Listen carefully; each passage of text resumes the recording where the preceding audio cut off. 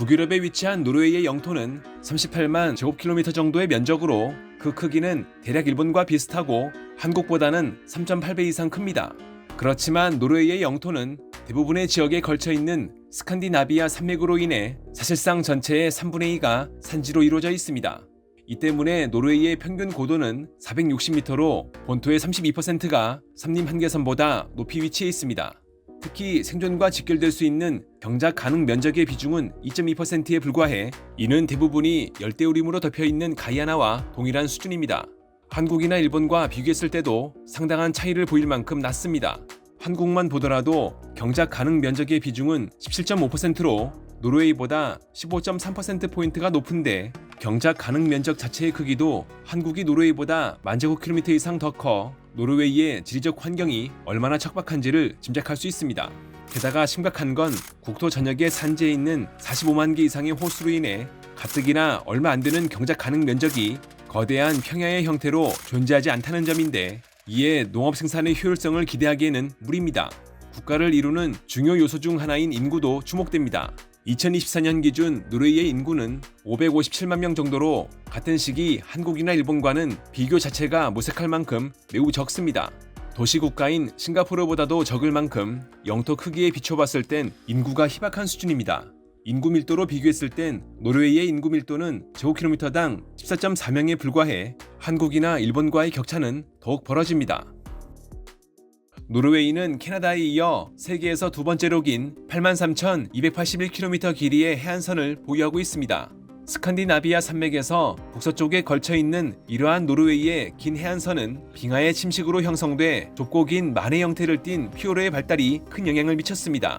노르웨이의 피오르는 서쪽은 대양에 연결돼 있고 빙하의 침식으로 탄생한 좁고 긴 만에는 인간이 거주할 수 있는 평지가 주변의 가파른 산악 지역 내에 위치해 있는 특징이 있습니다. 이러한 지형은 노르웨이인의 인구가 중앙에서 대규모 집단의 형태로 몰려있기보다는 자연스럽게 피오르를 중심으로 한 소규모 집단의 형태로 거주하게 만들었습니다.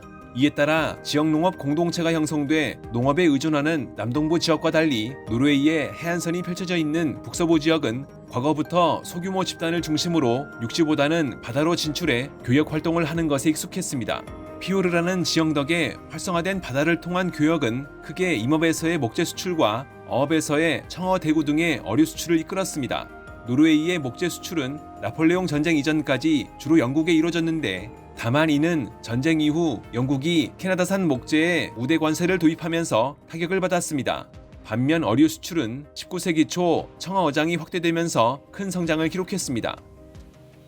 19세기 중반을 기점으로 노르웨이의 경제는 변화를 보였습니다. 농업이 빠르게 발전했고 목축업에 현대적 기술이 도입된 것인데 이런 와중에 철도가 놓이면서 노르웨이에선 소규모 지역사회 중심의 경제가 종식됐습니다. 특히 19세기 말 노르웨이 경제는 대규모 상선을 확보하며 해양을 통한 발전을 도모했습니다. 당시 노르웨이가 보유한 상선 규모는 영국, 미국 다음으로 거대했는데 이는 노르웨이의 산업화를 이끌었습니다. 제1차 세계대전 당시에도 노르웨이의 상선 규모는 세계 4위로 여전히 노르웨이 경제발전의 원동력이었습니다. 상선이 외부적 요인이었다면 노르웨이 내부적으로는 수력 자원이 경제발전의 기반이 됐습니다. 노르웨이는 지형과 기후의 특성상 엄청난 수력 자원을 보유하고 있는데 20세기 초 노르웨이에선 현대식 수력발전소의 건설이 줄을 이었습니다. 당시 이러한 수력발전소는 노르웨이인의 전기 공급을 주도하며 대공황 전까지 노르웨이의 경제 호황을 불러왔습니다. 다만 건설을 주도했던 외국 회사가 노르웨이인의 수력발전소의 75%가량을 소유한다는 문제를 불러왔습니다. 이에 당시 노르웨이에서는 입법을 통해 천연자원을 국가가 확보하고 보호하는 데 관심을 갖게 됐습니다. 외국 회사가 수력발전소를 건설해 60에서 80년을 운영한 뒤 이를 노르웨이 정부에 넘겨줘야 하는 방식으로 현재 노르웨이 수력발전소의 90% 이상은 노르웨이 정부가 소유하고 있습니다. 정부가 천연자원을 소유해야 한다는 당시 이러한 방침은 훗날 노르웨이 정부가 해양 석유와 가스 자원을 통제하는 데도 영향을 미쳤습니다. 노르웨이에선 1950년대부터 해양 석유와 가스에 대해 관심을 보이기 시작했습니다. 물론 관심과는 별개로 대부분의 사람들은 실제 매장 가능성에 대해선 회의적이었습니다.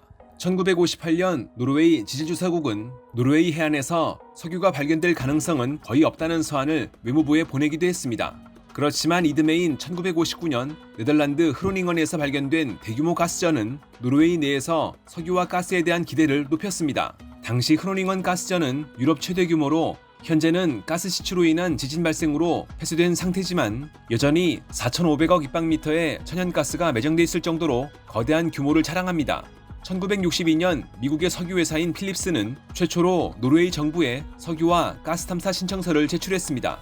문제는 당시 북해의 대륙붕과 해안 경계가 확정되지 않았다는 점인데 1965년 노르웨이, 영국, 덴마크는 1958년 제네바에서 합의된 대륙붕 협약에 근거해 북해의 대륙붕과 해안 경계를 확정했습니다. 당시 북해의 경계는 육지를 기준으로 하여 중앙을 가로지르는 것을 원칙으로 뒀습니다. 이때 영국 정부는 노르웨이 해안에 산재해 있는 엄청난 수의 섬을 북해 경계를 확정하는 육지의 기준점으로 인정해줬는데 이는 노르웨이가 막대한 수익을 가져가는 데 결정적이었습니다. 이 기준 덕에 1974년 노르웨이와 영국 국경에서 발견된 대규모 해상 유전인 스타트 피오르드는 현재 노르웨이 해역의 85%, 영국 해역의 15%가 위치한 것으로 되어 있습니다. 북해의 경계가 확정되면서 노르웨이에선 본격적인 석유와 가스 탐사가 추진됐습니다. 1966년 첫 시추를 시작한 이래 최초 석유는 1967년 발더 유전에서 발견됐지만 경제성을 확보한 대규모 유전 발견은 1969년 12월로 에코피스크 유전이었습니다. 에코피스크 유전은 노르웨이를 산유국으로 만들었는데 에코피스크 유전에서의 석유 생산은 1971년부터 이뤄졌습니다. 이 역시 노르웨이 최초의 석유 생산이었습니다. 1969년 에코피스크 유전 발견 이후 노르웨이에선 1970년 포티스 유전, 1973년 파이프 유전, 1974년 니니안 유전과 스타트 피오르드 유전 등 14개의 거대 유전과 30개 이상의 중소규모의 유전을 발견했습니다. 물론 유전 외에도 대규모 가스전도 확인했습니다. 노르웨이가 생산한 석유와 가스는 EU로 수출이 이루어지고 있는데 러우 전쟁 전 EU의 석유와 가스 수입량에서 노르웨이 석유는 25%, 가스는 9.4%의 비중을 차지했습니다. 한마디로 막대한 수익을 계속해서 거두고 있는 상황입니다. 유전을 발견한 노르웨이는 석유를 질적으로 더 나은 사회를 만드는 데 사용한다는 원칙을 세웠습니다. 과거 수력 자원의 국가 소유권 확보 사례에서 알 수 있듯 노르웨이는 현재 에퀴노르인 국유석유 회사를 1972년에 설립했고 이를 통해 노르웨이 정부는 이 국유 회사의 67% 지분을 소유하고 있습니다. 세계 10위 규모의 글로벌 에너지 기업인 에퀴노르는 현재 노르웨이 대륙북 내 석유와 가스의 70%를 생산하고 있어 사실상 노르웨이 정부가 노르웨이의 석유와 가스를 통제하고 있다고 볼 수 있습니다. 노르웨이 정부의 이러한 정책은 같은 북해 산유국인 영국과 비교되는데 영국은 북해 석유와 가스에 대한 직접 소유권을 갖지 못한 상태입니다. 1980년 90년대 영국이 민영화를 추진하면서 궁극적으로 북해 석유에서 놓친 수익이 8,500억 파운드라는 분석은 정부의 정책 결정이 어떤 결과를 불러오는지를 잘 말해줍니다. 영국의 사례 외에도 베네수엘라, 이란, 리비아, 나이지리아처럼 석유를 발견했음에도 경제가 처참한 국가들과 달리 노르웨이는 체계화된 정책을 통해 정부가 석유 자원을 통제하여 석유의 탐사, 개발, 생산이 공적 발전으로 이어지도록 구조화했습니다. 석유 의존도가 높은 경제 구조는 국제 상황에 따라 심한 부침을 겪을 수 있습니다. 실제 노르웨이는 석유 발견 이후 1988년 석유 불황으로 인해 경기 침체를 겪었는데 이것이 반면교사가 되어 1990년 노르웨이 정부는 석유의 변동성에 따른 위험을 줄이기 위해 투자기금을 조성해 최초 석유기금이라 불렸던 정부 연기금을 운영하기 시작했습니다. 국부펀드의 재원은 에퀴노르 등의 기업으로부터 확보한 세금, 탐사권 판매, 배당금 등의 수익으로 마련됐습니다.